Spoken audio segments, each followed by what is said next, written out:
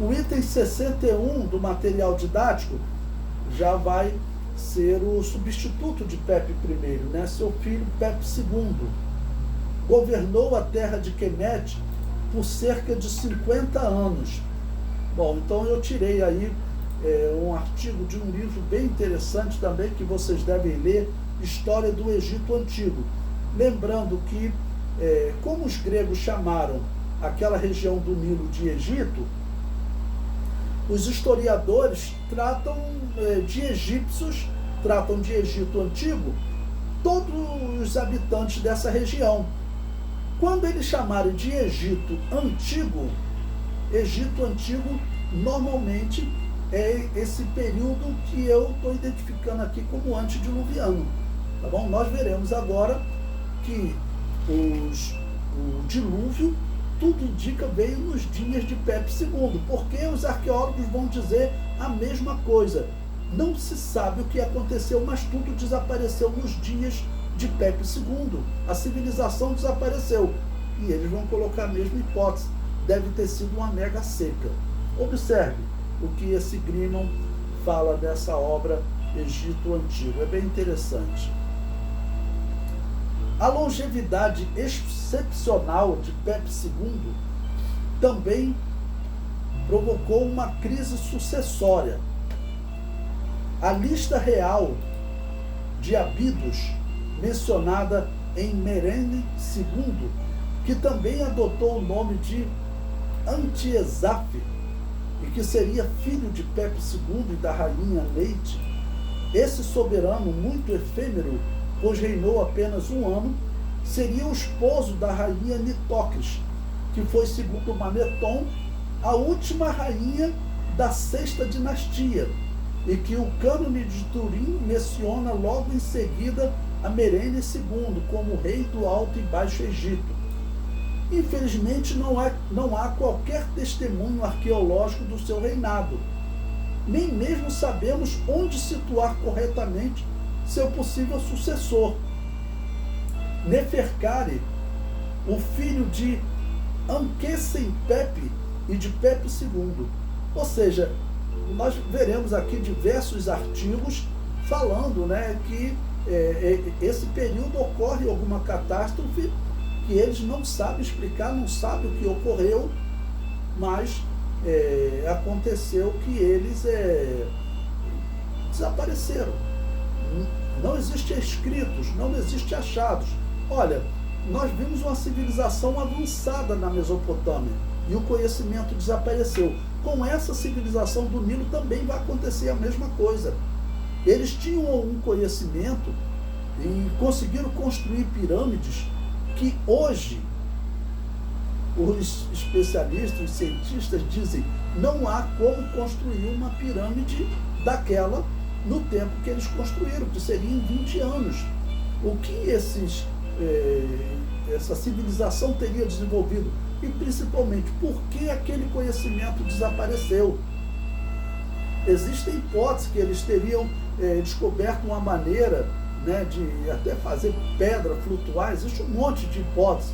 Existe hipótese que diz que seriam alienígenas que teriam vindo à Terra e ajudado eles a construir as pirâmides, porque além de ser difícil de construir pelo peso, né, até o alinhamento das pirâmides com o norte e o sul é algo que eles falam assim que é uma precisão absurda, né, que é algo muito avançado para a época. Por que esse conhecimento desapareceu? Por que depois de Pepe II os achados arqueológicos não existem? Por que tudo desapareceu? Eles vão colocar como hipótese, vocês verão, uma mega seca. Eu digo que foi o dilúvio. O comentário prossegue. Sua pirâmide possuía 78 metros de altura, mas a erosão reduziu para 52 metros. Eu coloquei aí uma imagem, né, que eu encontrei na internet, a pirâmide de Pepe II. Essa pirâmide acabou desmoronando, ok? Pode ter desmoronado no dilúvio. Pelo visto, as pedras não eram tão grandes quanto as pedras anteriores. Em sua tumba foram encontradas 675 preces para que ele permanecesse vivo na outra vida. Lembre-se do que eu falei para vocês. Caim certamente saiu da presença do Senhor acreditando na palavra da serpente de que eles não morreriam.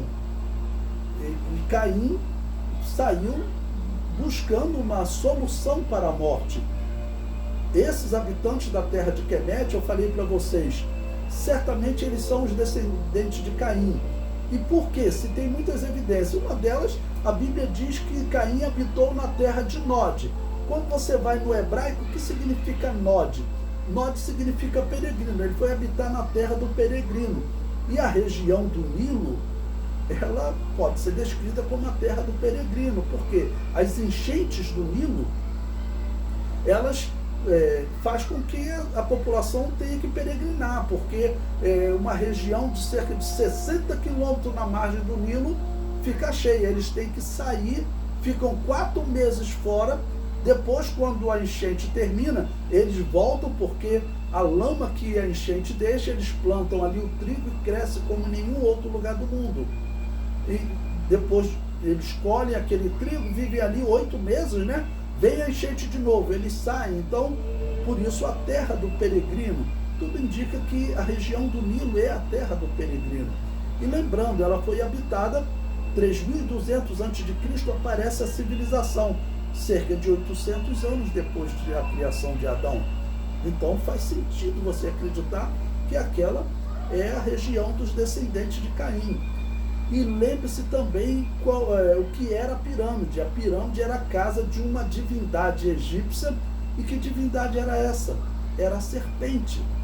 Então eles estavam construindo essa pirâmide, buscando a eternidade em homenagem à serpente. Quem é a serpente? É a história bíblica em que Satanás usou a serpente para ludibriar Eva, e certamente ela também foi usada para ludibriar Caim. Eu vejo isso, irmãos, como assim, uma perfeita harmonia com a Bíblia. Eu vejo uma perfeita harmonia com a Bíblia. Os hereges podem discordar, mas não poderão dizer que existem evidências interessantes. O comentário prossegue. Sobre os descendentes de Pepe II, as informações são escassas. Conhecemos seus filhos pelos achados arqueológicos, mas não conseguimos localizar tempo de reinado, ou seja, ele teria tido filhos, existem escritos de seus filhos, mas não é relatado tempo de reinado. Então talvez Pepe II tenha sido o último rei daquela dinastia, tá ok? E depois dele ocorreu o dilúvio, ou nos dias dele ocorreu o dilúvio. Por isso o comentário prossegue. Talvez eles não tenham reinado. Talvez o dilúvio tenha dado fim ao reino de Pepe II e assim eles não chegaram ao trono. Bom, coloquei aí também um texto do livro História do Egito Antigo, de Nicholas Grimald. É um livro interessante, se vocês quiserem se aprofundar no assunto. Ele diz: a longevidade excepcional de Pepe II também provocou uma crise sucessória. A lista real de Abidos menciona Merene II, que também adotou o nome Antiesaf, e que seria filho de Pepe II e da rainha Neite. Este soberano efêmero, pois reinou apenas 1 ano, seria o esposo da rainha Nitocris, que foi, segundo Manetão, a última rainha da 6ª dinastia, e que, segundo o cânone de Turim, menciona logo em seguida a Merene como rei do Alto e Baixo Egito. Essa mulher foi transformada em lenda na época grega, tornando-se Rhodops, cortesã e construtora mítica da 3ª pirâmide de Gizé. Ela foi a primeira rainha que sabemos ter exercido o poder político do Egito. Infelizmente não há qualquer testemunho arqueológico do seu reinado, nem mesmo sabemos onde situar corretamente seu possível sucessor, Neferkari, o filho de Akhensepepe e de Pepe II. Bom, então esse texto de Grimald, ele mostra como é difícil identificar, tá bom? o que aconteceu depois de Pepe II, a sucessão. Se nós estamos tratando de reinos grandiosos, que já tinham muitos escritos, tá ok? Então, como nós vimos aqui, só na tumba de Pepe II é uma tumba tão grande que se destaca que tem 675 preces. Quando nós concluirmos esse livro, que chegarmos no livro segundo, que nós vamos estudar o aparecimento de reis cerca de 200 anos depois de Pepe II, como é um rei que vai começar a crescer, mas ainda é um rei vamos dizer, pobre, um rei pobre, né? Mas com poucos recursos, com construções assim praticamente insignificantes. Por quê? A civilização está ressurgindo. Então, depois de Pepe II, o que vai reaparecer são os descendentes de Cã, que nós veremos no livro 2 de Arqueologia, que eles foram habitar a região do Egito. E claro, foi Cã e sua esposa, e até surgir uma civilização grande vai demorar 100 anos, 200 anos. Isso é o normal. Ou seja, nós estamos verificando realmente uma harmonia com a Bíblia.